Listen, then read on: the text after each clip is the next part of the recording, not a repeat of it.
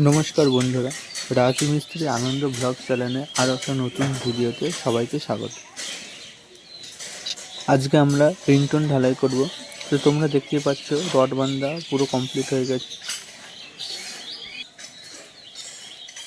তো ভিডিওটা অবশ্যই শেষ পর্যন্ত দেখো, ভালো লাগলে অবশ্যই একটা করে লাইক এবং সাবস্ক্রাইব করে নিও।